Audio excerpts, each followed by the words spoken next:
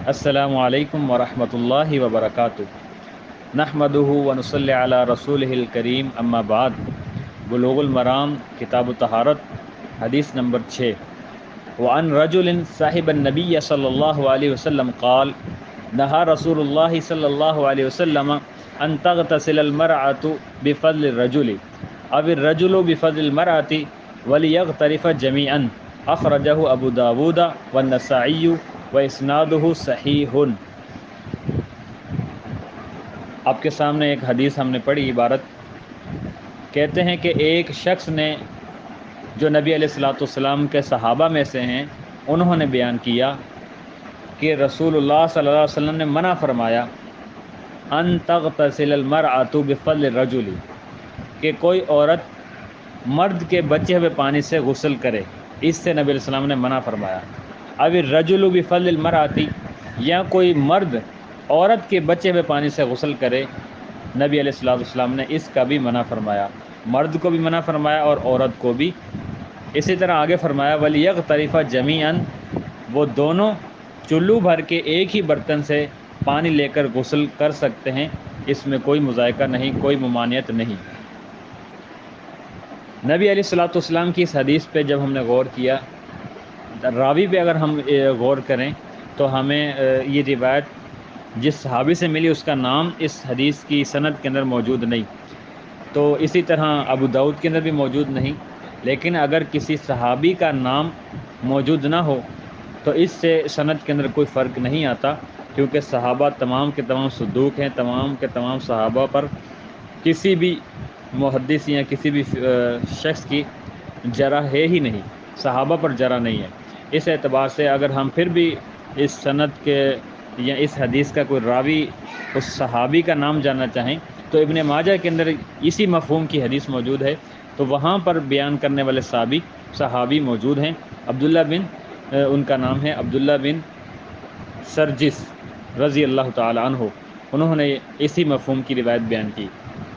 اب چلتے ہیں ہم حدیث کی طرف، تو اس حدیث کے اندر ہمیں 3 قسم کے مسئلے ملتے ہیں۔ پہلا مسئلہ، پہلی بات یہ کہ کوئی شخص غسل کرنا چاہتا ہے، اگر کوئی مرد غسل کرنا چاہتا ہے اور غسل کرنے کے لیے وہ پانی کی طرف جاتا ہے، تو برتن کے اندر جو پانی موجود ہے اس پانی سے اس کی بیوی نے اس پانی سے غسل کیا ہوا ہے اس کی بیوی نے،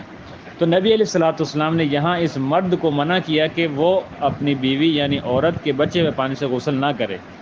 اسی طرح عورت اگر غسل کرنے جا رہی ہے اور وہ برتن میں پانی موجود ہے تو پھر نبی علیہ السلام نے اس عورت کے لیے بھی یہی حکم ہے کہ وہ اپنے شوہر یعنی مرد کے بچے ہوئے پانی سے اس سے غسل وہ نہ لے، تو نبی علیہ الصلوۃ والسلام نے یہ عمل منع فرما دیا۔ تیسری بات ہمیں اس حدیث سے جو معلوم ہوئی وہ یہ ہوئی کہ اگر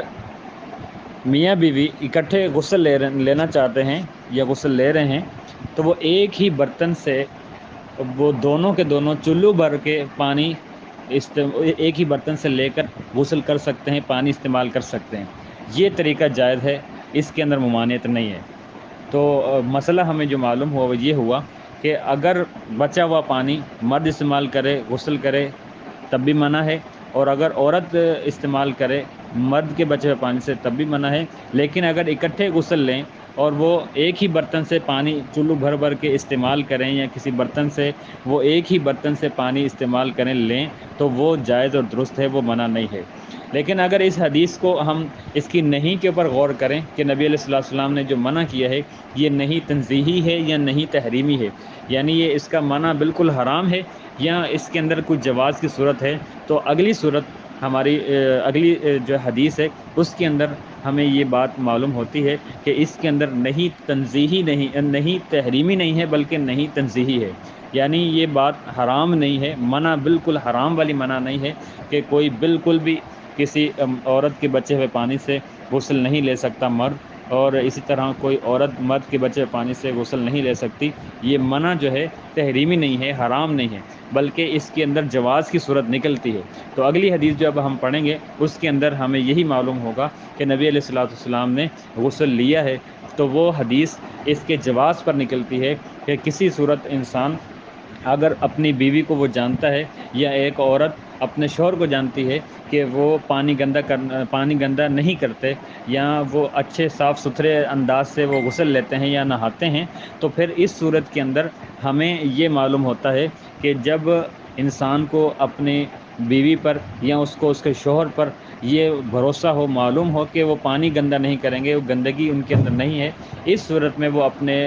بیوی اپنے مرد کے بچے ہوئے پانی سے غسل کر سکتی ہے، اور اسی طرح مرد اپنی بیوی کے بچے ہوئے پانی سے غسل کر سکتا ہے،